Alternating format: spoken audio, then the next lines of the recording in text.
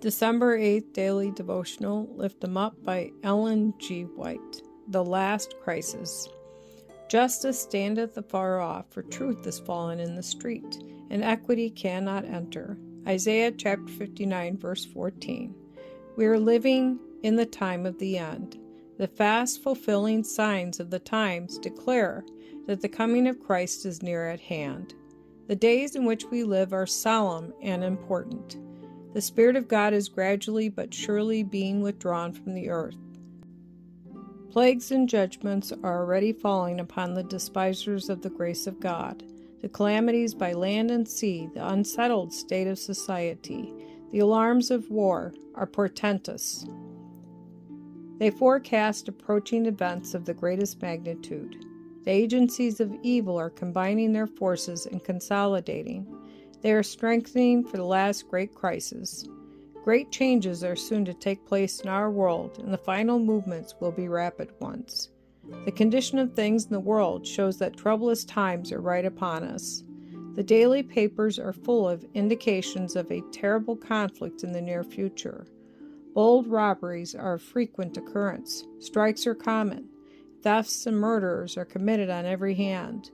Men possessed of demons are taking the lives of men, women, and little children. Men have become infatuated with vice, and every species of evil prevails. The enemy has succeeded in perverting justice and in filling men's hearts with desire for selfish gain. Justice standeth afar off, for truth is fallen in the street, and equity cannot enter. Isaiah chapter 59, verse 14.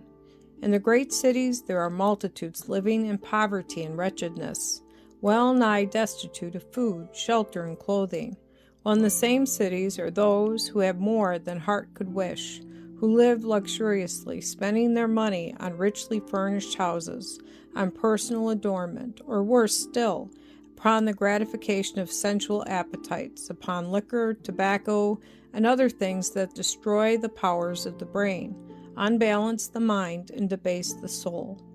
The cries of starving humanity are coming up before God, while by every species of oppression and extortion, men are piling up colossal fortunes.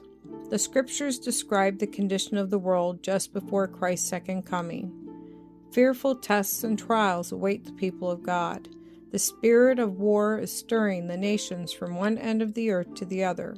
But in the midst of the time of trouble that is coming, a time of trouble such as has not been since there was a nation, God's chosen people will stand unmoved.